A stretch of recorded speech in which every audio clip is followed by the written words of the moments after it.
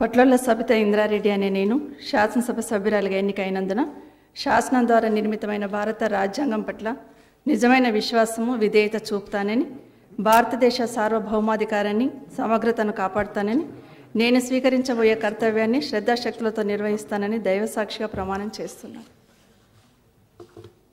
తెలంగాణ శాసనసభ సభ్యురాలైన పట్లొల్ల సబిత ఇంద్రారెడ్డి అనే నేను సభ నియమాలకు కట్టుబడి ఉంటానని, వాటిని అనుసరిస్తానని, సభా మర్యాదలను పాటిస్తానని, సంప్రదాయాలను గౌరవిస్తానని దైవసాక్షిగా ప్రమాణం చేస్తున్నాను.